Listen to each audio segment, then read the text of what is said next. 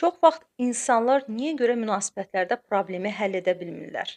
Adətən deyilir ki, bu ünsiyyət problemidir, yəni kommunikasiyadakı xətalardır ki, insan öz fikrini doğru bir formada ifadə edə bilmir, qarşı tərəfin xətrinə deyir və o da bir başqa cür anlayır.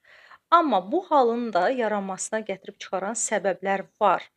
Əgər görürsünüzsə ki, sevdiyiniz insan və yaxud da siz özünüz çox vaxt söhbəti davam etməkdə çətinlik çəkirsiniz, belə bir davranış forması yaranır da. Ya zarafata salmaq, söhbətdən qaçmaq, ya kobud formada susdurmaq, qapını vurub çırpmaq. Yəni bu hallar yaranırsa, bilin ki, bu müdafiə mexanizmidir. İnsan özünü nədənsə qoruyur. Buna gətirib çıxaran bir sıra komplekslər var. Psixoloji səbəbləri əlbəttə ki, biz daha dərindən aydınlaşdıra bilərik. Lakin əgər siz düşünsəniz ki, ikimiz öz aramızda problemi deyil, biz bir yerdə problemi həll etməyə çalışırıq. O zaman sizin düşüncənizin istiqaməti belə dəyişəcək.